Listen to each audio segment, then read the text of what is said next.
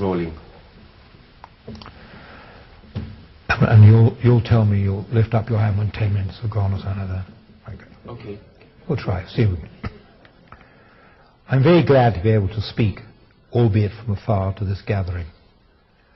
The subject of Jerusalem and its Jewish connection is something that's always concerned me in the course of my researches and my writing.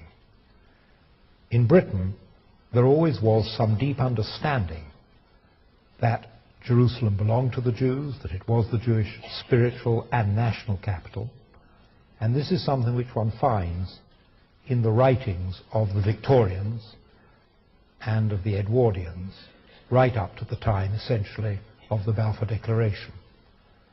Indeed, I think it's very true to say that it was the British perception of Jerusalem as a Jewish city, as a Jewish aspiration, that underpinned the Balfour Declaration. As Lloyd George said, when someone said to him, what is the point of capturing Jerusalem in 1917, he said, but even in San Francisco they understand the importance of Jerusalem. And that was the importance of Jerusalem to the Jews. I found in the course of my researches a fascinating announcement by Napoleon when he came through Palestine on his way from Egypt to his disastrous defeat at Acre. Here is what he wrote.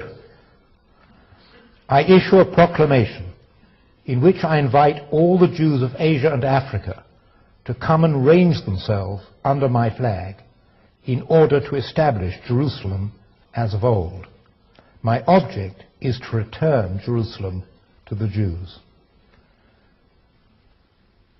When one looks at the Victorian writings, one finds in novels, in even the Parliament, the Westminster Parliament, that Jerusalem is seen as a predominantly Jewish city.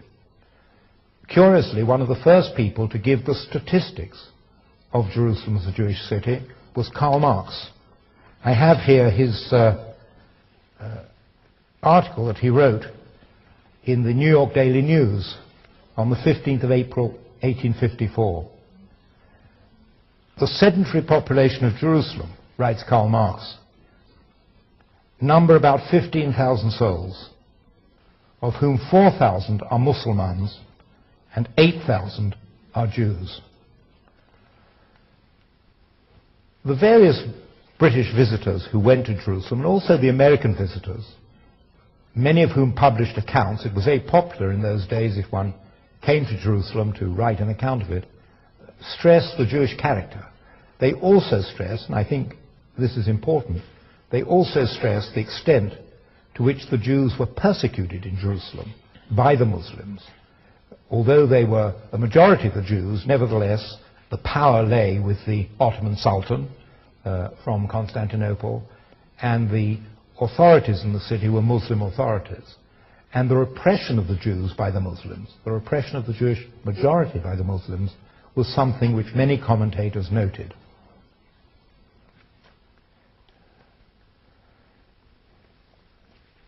Here is a bishop, Bishop John Vincent, an American, writing in his extraordinary book, Early Footsteps of the Man of Galilee, which he published, I believe, in 1884. And he writes, one cannot help but observe in Jerusalem today the devotion of the Jews to their city. All the years of change and war and bloodshed and fire and persecution have not been able to destroy the affection which this ancient people of God have for their holy city. They have been scattered all over the world, but continue to love Jerusalem, the city of the great King. One of the most important visitors to Jerusalem, Miss Freer, wrote a book which is our best source of the situation of Jerusalem at the turn of the century, at the end of the 19th century. And she too was struck by the number of Jews and by the centrality of the Jewish belief that Jerusalem was their center and their home. This is what Miss Freer writes in 1907. We are so accustomed to think of the modern Jew as a recent immigrant to Palestine. She's writing in 1907. that it is somewhat surprising to find that Jerusalem is virtually a Jewish city. Out of about 60,000 inhabitants today, some 40,000 are Jews. Not only have they overflowed in all directions their own quarter within the walls, but they have established themselves in various suburbs amounting to some half-dozen villages, all within a mile or so of the city gates. Curiously, Miss Freer was more excited by the Jewish villages, the Jewish suburbs of Jerusalem, than Theodor Herzl, who, visiting the city some 9 years before her, had basically only seen the old city and been rather disgusted by the filth and squalor of it. My final quotation is also from Miss Freer, and it puts the Jewish situation in Jerusalem in what the Christians saw in those days as more than just a spiritual presence. If numerical superiority be a criterion of possession, and if achievement is a measure of power, if the higher civilization be that of the more effective philanthropy, and true part and lot in the soil be that of him who restores it to cultivation, then mysterious as may seem to us the workings of God's providence, and the deep tragedy of the Jewish existence, the dark problem of their destiny, the approaching solution, Jerusalem is for the Jews.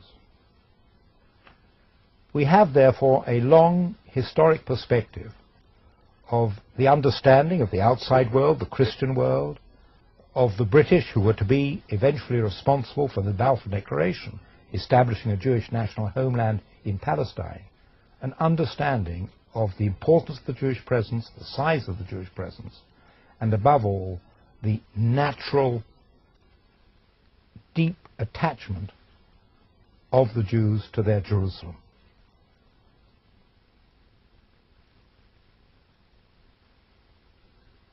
Perfect.